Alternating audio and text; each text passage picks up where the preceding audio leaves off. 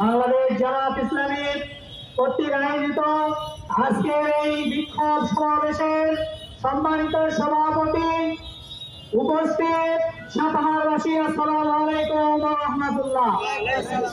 সংগ্রামের সাভারবাসী, 2026 সালের ফেব্রুয়ারি মাসে নির্বাচনের জুলাই সনদের ভিত্তিতে জাতীয় সংসদ নির্বাচনের দাবিতে আজকের এই সমাবেশ।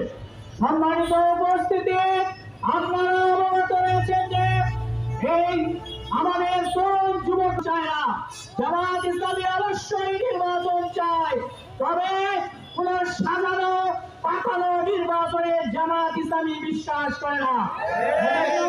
জামাত ইসলামী দাবি করছে আগামী 26 সালের জুলাই সনদের ভিত্তিতে 2026 সালের ফেব্রুয়ারি মাসে নির্বাচন দিতে হবে। জামাত ইসলামী দাবি করছে যে পিয়ার পদ্ধতিতে উচ্চ কক্ষ এবং নিম্ন কক্ষে পিয়ার পদ্ধতিতে নির্বাচন দিতে হবে। পৃথিবীর 91টা দেশে পিয়ার পদ্ধতি রয়েছে। এই পিয়ার পদ্ধতি যদি হয়, এদেশে যারা সংখ্যালঘু সম্প্রদায় রয়েছে তাদের প্রতিনিধি সংসদে যাওয়ার সুযোগ পাবে।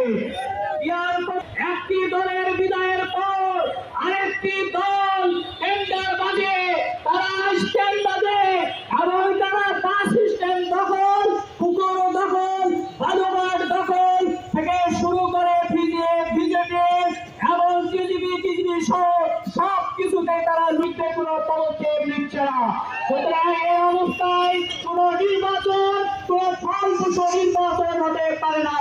এই জন্য জামাত ইসলামী দাবি করছে যে নির্বাচনের আগে লেভেল প্লেইং ফিল্ড করতে হবে। এছাড়া এই নির্বাচন পাঠানো এবং সাধারণ নির্বাচন হবে।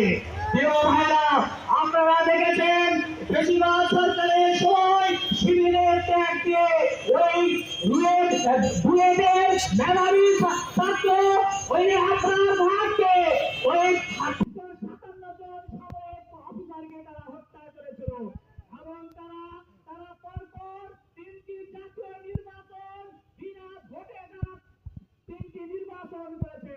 এই যে তার জুলুম নির্যাতন করেছে, এই বেশিরভাগই সত্যের এর দুর্নীতির স্পষ্টমান বিচার না হওয়া পর্যন্ত জামাত ইসলামী নির্বাচন চায় না।